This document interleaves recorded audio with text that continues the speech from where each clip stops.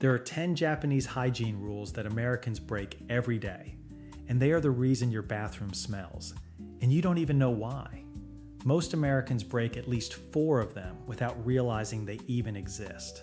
The Japanese rules deal with the source of the smell directly rather than covering it up with an air freshener, and that is why a Japanese bathroom stays fresh all day and all night without a single scented product anywhere in the room. People in the West have never been taught any of this, which is why you can bleach the toilet, mop the floor, spray the air, and still open the door in the morning to the same sour edge that was there yesterday. The first rule we'll go through is the reason your shower area smells damp and stale, even on days you just cleaned it. Rule number 7 is about the object you touched with a wet hand in the shower this morning, and it is the dirtiest thing in your entire bathroom. And the last one is the rule that ties every other rule in this video together, and it is the reason your bathroom can look spotless and still smell dirty. The first Japanese bathroom hygiene rule Americans break has to do with the hair catcher in the shower drain. In a Japanese bathroom, the removable hair catcher is treated like a tiny wastebasket, and the last person to shower lifts it out, tips whatever it caught into the bin, and rinses it clean before leaving the room. Whereas in an American shower, the hair disappears beneath a chrome cover, and you assume that anything that went under the cover has gone from the room. It is still there, 3 inches under your feet, wrapped in shampoo, skin oil, and warm water. And it has been sitting under that cover since the last time anyone in this house had long hair. Hair works as a net for skin oil, soap film, and shed skin cells, and that wet mass is what grows the smell above the water seal in your plumbing, so pouring a fragrance drain cleaner over the top just perfumes the reservoir. The drain isn't the smell. The hair sitting on top of it is. Go into the bathroom right now and lift the shower drain cover off. If you can see hair, gray, slime, or a dark ring around the catcher, you have found something that stayed in the bathroom after every person left it. So after the last shower every night, lift the catcher out, tip whatever it caught into the bin, and wash the removable part once a week with a cleaner the manufacturer recommends. That is one reservoir dealt with. The next one is the machine sitting on your ceiling that is supposed to clean the air, and you have never cleaned it once. The second Japanese bathroom hygiene rule Americans break is turning the exhaust fan off with the light switch on the way out of the room. In a Japanese home, the ventilation is designed to keep going after the person leaves, with a dedicated 24-hour ventilation system built into the unit bath, whereas in an American bathroom, the fan stops the second you turn the light off, which is the exact moment the wettest 20 minutes of the day begin. The Home Ventilation Institute in the United States recommends that any intermittent bathroom fan runs for at least 20 minutes after the bathroom has been used, because that is roughly how long it takes for the humidity from a hot shower to clear out of a small room. The filter above your head has been catching skin flakes, hair fragments, aerosolized soap, and airborne humidity for years, and it is the same colony problem as an old loofah, only over your head instead of against your back. You have cleaned the bathtub, you have cleaned the floor, and you have cleaned the toilet, and you have never once cleaned the machine that exists to clean the air. Turn the fan on and hold 1 square of toilet paper flat against the grill. If the pull of the fan cannot hold the paper against it, the filter is doing nothing for you. So run the fan for 20 minutes after the last person leaves the bathroom, and vacuum and wash the filter to the schedule the manufacturer set, which is a real schedule you have never read. Ventilation only helps if there is something for it to remove. The next rule is about what you are leaving on the walls of the room for the fan to deal with. The third Japanese bathroom hygiene rule Americans break is drying a wet bathroom without rinsing it first. In a Japanese wet zone bathroom, the last person to bathe rinses the walls and the floor with clean water from the shower head, wipes the residue off the tiles, and only then pulls the standing water off the surfaces. Whereas in an American bathroom, you turn the shower off, step out onto the mat, and the room dries itself overnight with everything that came off. You still bonded to the wall. Moisture on its own does not grow anything, because bacteria and mud need a food source as well. And the food source in a shower is the film of skin oil, soap residue, and shed skin cells that you spread across the walls every morning. A squeegee on its own just spreads the film into a thinner layer over the same wall, so the rinse has to come first. Your shower walls are wet with everything the water lifted off your skin, and that film sets onto the tile overnight while the room dries out. Run a fingertip along the tile grout at knee height tomorrow morning. That greasy resistance you feel is what came off you yesterday, and it is what starts to feed the smell the moment you close the door on the way out. So after the last shower rinse, the walls and floor with the shower head, squeegee from high to low toward the drain, pay real attention to the lower walls, corners, and silicone seals where residue actually pools, and leave the fan from the last rule running behind you. And if keeping your house clean matters to you, I have pulled hundreds of Japanese hygiene habits like these together into a book, and it is over at thejapanesemethod.com.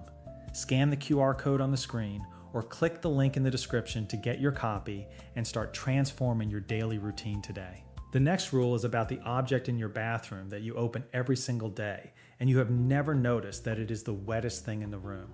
The fourth Japanese bathroom hygiene rule Americans break is pushing the shower curtain into a tight bunch at one end of the rail on the way out. Traditional Japanese bathrooms are built as wet zones with a floor drain in the middle, so the shower curtain barely exists in a Japanese home in the first place. And the lesson from that design is that water needs air rather than fabric folded against fabric to actually go anywhere. Whereas in an American bathroom, you finish showering, drag the curtain into a bunch at one end so the room can dry, and the curtain itself becomes the wettest object in the room. Water gets trapped between the plastic folds where no air ever reaches, and the bottom hem sits pressed against a wet tub for the next 23 hours, wicking soap film and hard water minerals into the same square inch of plastic every day. And that is what the pink and orange ring on the bottom of your liner actually is. It is a pigmented biofilm made of bacteria, mold, and mineral residue that grows in exactly those conditions. And scrubbing it off changes nothing on its own because you scrub the ring and put the liner back into the same puddle it grew in. You open the curtain to let the bathroom dry, and the curtain is the thing that stays wet. Grip the bottom hem of your shower liner between finger and thumb tomorrow morning and squeeze it. If any water comes out of the plastic or the surface is tacky under your finger, you have found what your bathroom is going to smell like by the evening. So rinse the lower section of the liner after the last shower. Spread the curtain fully across the rail so every fold gets air. Keep the liner on the inside of the tub while it dries. Wash or replace it on the schedule its care label recommends, and never leave the bottom hem folded against the tub overnight. That is the fabric in your bathroom. The next rule is about a piece of hardware you have wiped the top of 1,000 times, and you have never once looked at the bottom of it. The fifth Japanese bathroom hygiene rule Americans break is treating the toilet seat as an object with two sides. In a Japanese home, and especially with the washlet bidet seats that dominate the market over there, the seat, the hinge, and the mounting plate all come apart on purpose so you can clean them properly, and the manual tells you exactly how to release them. Whereas in an American bathroom, you wipe the ring you sit on, wipe the lid on top of it, and have never once looked at the third surface between the two. Every person who uses the toilet contributes splashes, aerosolized droplets from the flush, condensation from the shower running behind them, and cleaning product residue that ran off the ring. And all of it collects on the underside of the seat, in the hinge cavities, on the mounting plate against the porcelain, and along the seam where a bidet seat meets the bowl. It is a small, dark, humid space that never gets to fully dry between uses. The toilet seat has a clean side, a dirty side, and a third side you have never seen. Follow the instructions for your specific seat to take it off, and do not wrench an electric bidet seat away from the porcelain with your bare hands, because it will not come. Once it lifts, look at the underside of the seat, the hinge covers, and the mounting plate that sat against the bowl. That is the surface of your toilet you have been sitting 3 millimeters above every day for years and never once cleaned. So learn the release mechanism for your seat. Take it off on a schedule you actually keep. Wipe the underside, hinges, and mounting plate with a product safe for the material. Clean the seam around the floor while the seat is off, and put it back together properly, because a bidet seat that sits crooked leaks water down the base, and the leak becomes the next reservoir. That was one hidden surface in your bathroom. The next rule is about a second one, in a fixture you have looked directly at every morning of your adult life. The sixth Japanese bathroom hygiene rule Americans break is pretending there is only one drain in your bathroom sink. There are two. There is the one at the bottom of the basin that you can see, and there is a second one about an inch below the rim, hidden behind a small oval slot cut into the porcelain, and it has been catching toothpaste, shaving foam, hair, and soap film for as long as you have owned the sink. The overflow channel exists so the sink does not flood if the stopper gets closed with the tap running, and it is a small dark tube that shares air with the main drain and holds organic film indefinitely once anything settles inside. The pop-up stopper is the other half of the same problem because its underside is a curved surface that sits in the wet drain all day and grows a coating of soap film and hair. Toto's cleaning guidance for their basins is specific about both, and they recommend cleaning the buildup around the overflow opening and around the pivot rod underneath the stopper, which is why a spotless white basin can smell faintly sour whenever you lean over it. You clean the bowl. The smell was living inside the hole that protects it. Lift the pop-up stopper out of your drain, and most of them pull straight up or come out with a quarter turn. Look at the underside of it in the light, then shine your phone torch into the small oval overflow slot near the rim of the basin without pushing anything into the slot while you look. What you can see is what a small nylon bottle brush is designed to remove. So pull the stopper out once a month and wipe the underside and the pivot rod. Run a small nylon bottle brush through the overflow channel with warm water and a mild cleaner suited to the basin material, and never plunge or force anything down the overflow because it is a vent rather than a drain. That is one hidden reservoir per fixture in your bathroom. The next one is the reservoir you leave sitting on a shelf, and you touch it every single morning. The 7th Japanese bathroom hygiene rule Americans break is storing shampoo, conditioner, and body wash in permanent puddles on a tile shelf. In a Japanese bathroom, the caddy is almost always a hanging or draining rack that keeps the bottle bases up off any surface where water could pool, whereas in an American bathroom, the bottle sits flat on the tub rim or a tile shelf, warm water collects around the base every day, and the underside of the bottle you touch every morning becomes the dirtiest square inch of the whole room. Warm, wet, dark, and undisturbed for weeks at a time is every condition a biofilm needs to grow, and the base of your shampoo bottle sits in that combination for the whole life of the bottle. The pink and orange ring around the base, and inside the ridges of the plastic is a pigmented microbial film that grows in exactly those conditions, and it reappears within days of you scrubbing the bottle because you scrub the ring and set the bottle back down in the same puddle. Turn over the shampoo bottle you used this morning, and the part touching your bathroom is dirtier than the part touching your hair. Pick every bottle up off your shower shelf right now and turn each one upside down. If you can see a colored ring around the base or a slime coat on the underside, that is what you gripped with a wet hand 30 seconds before you pressed it into your scalp.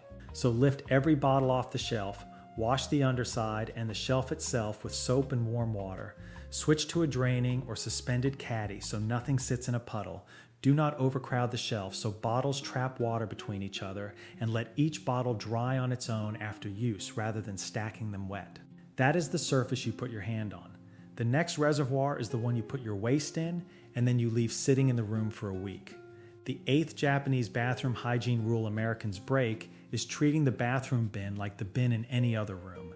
You take the kitchen garbage out the moment it starts to smell because it holds organic waste sitting in a warm kitchen all day. But the bathroom bin, full of used tissues, cotton pads, dental floss, wipes, sanitary wrapping, and damp cleaning cloths, sits next to a warm radiator for a full week without a thought. Every item in a bathroom bin carries body oil, blood, saliva, product residue, or moisture, and in a heated, humid room, the bin behaves like a small, unventilated compost heap in the corner. The Japanese habit is a small, lidded, lined bin emptied on a frequency rather than on how full it looks, with the bin itself washed and dried on the same cycle as the rest of the room. The plastic object underneath the bag is the bin, and you have never washed it. Take the bag out tonight, lift the empty bin up to your face, and smell the inside. That is what has been evaporating into the room for the whole week. So use a small lined bin with a proper lid, wrap sanitary waste before it goes in, empty it on a frequency instead of waiting for it to fill up, and wash and dry the bin itself on the same schedule as a kitchen one. That is what you already knew was dirty. The next rule is about the part of the toilet you have never once called the toilet. The 9th Japanese bathroom hygiene rule Americans break is that at home, in Japan, men sit down to urinate. Sitting at home has become the mainstream domestic habit in Japan. Surveys have put the figure at more than half of Japanese men and rising every year, and the reason has nothing to do with modesty, because the reason is the floor. Whereas in an American home, a man stands above a porcelain bowl, cleans the porcelain once a week, and assumes anything that missed the bowl has gone from the room. The residue is still in the room, dried onto the floor, the wall behind the bowl, the seam around the base of the toilet, and the underside of the seat, and it has been reactivating every time the room has been humid since. Standing to urinate produces a fine splash pattern that reaches well beyond the drops you can see, and Lixil identifies urine splashed onto floors and walls as one of the main causes of yellow staining and long-term odor in a domestic bathroom. The residue reacts with the humidity every time the shower runs behind it, and the toilet itself can look spotless because the reservoir is the room around it rather than the bowl in the middle of it. The toilet can be spotless, and the smell can still be coming from the floor around it. Take a damp white paper towel, and before you spray any cleaner, wipe the floor immediately in front of the toilet, run the same towel around the base seam, and then along the lower section of the wall beside it.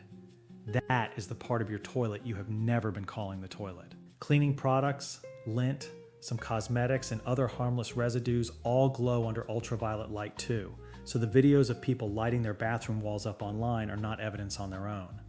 The paper towel is. So sit down at home, wipe fresh splashes immediately with paper rather than saving them for the weekly clean.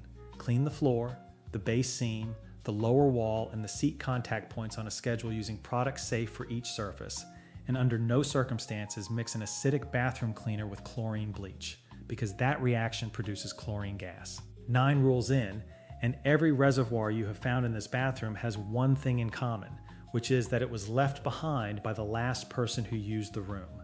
That is what the last rule is about. The 10th Japanese bathroom hygiene rule Americans break is leaving the bathroom the moment your own body is clean. In the Japanese system, the last person to bathe resets the room before leaving, which means the hair gets emptied out of the catcher, the walls and floor get rinsed, the standing water gets pulled off the surfaces, the bottles get lifted out of their puddles, and the ventilation stays running as you shut the door. Whereas in an American bathroom, the last person turns off the water, pushes the curtain into a wet bundle at one end of the rail, flips off the fan with the light, and closes the door on a room that at that exact moment is warmer, wetter, and dirtier than it will be at any other point in the day. Toto's guidance for the last bather in the unit bath is explicit about the order, which is to rinse the walls and floor, remove any bath residue, wipe away the remaining water, and leave the ventilation running. There is a second reason for the routine, and it is what the opening of this video promised. Every floor drain, sink, and shower drain in your bathroom has a small curved section of pipe underneath it called a trap, and the trap holds a small volume of water that seals your bathroom off from the sewer beneath the house. When that water evaporates, which is what happens in a bathroom left dry for a week at a time, the seal breaks and sewer gas rises straight into the room above. The trap water is the only water in your bathroom that is supposed to stay wet, and the third rule and this one together are what keep it topped up. The dirt in your bathroom next week is being written into the room during the 90 seconds after the last person walks out, and everything after that is just the smell setting into the surfaces. Tonight, after the last person in your house has showered, go and stand in the bathroom doorway and look at the room the way you've been leaving it, because that is exactly what you're going to be smelling when you walk back in tomorrow morning. The fix is a 90-second routine you do right after that last shower. You empty the hair catcher. You rinse down the lower walls and the floor. You squeegee the water toward the drain. You pull the shower curtain open so every fold can get some air. You lift the shampoo and body wash bottles off the ledge so they aren't sitting in puddles. And you leave the exhaust fan running for another 20 minutes after you close the door behind you. Every rule I've talked about in this video really just collapses into those 90 seconds. And those 90 seconds are the reason a Japanese bathroom smells of nothing when you walk into it the next morning. There's one more rule, and I'm not going to give it a number because it sits above all of the others. The Japanese bathroom that every one of these habits comes from is built as one single object. It's called a unit bath, and it's a factory molded plastic wet zone with a floor drain, waterproof seams, a ventilation path that was actually designed to move air, and a control panel on the wall that assumes you're going to reset the room every night before you go to bed. The American bathroom you have at home is a room with a wooden door, drywall walls, a floor that was never really meant to get wet, a rug sitting on top of that floor, and an exhaust fan wired to the same switch as the light, so the second you flip the light off on your way out, the fan goes off with it. So what's been happening in your house is that you've been running a Japanese hygiene system inside an American room, and the room itself is the reason none of it has ever really held. That is not your fault. But once you know it, the word clean starts to mean something different in your bathroom. It stops meaning wiping down the surfaces you can see, and it starts meaning drying out the places where water is being allowed to sit. All right, thanks a lot for watching. Check out my previous video appearing on your screen right now. I think you'll like it, and share this video with someone you think would find it interesting.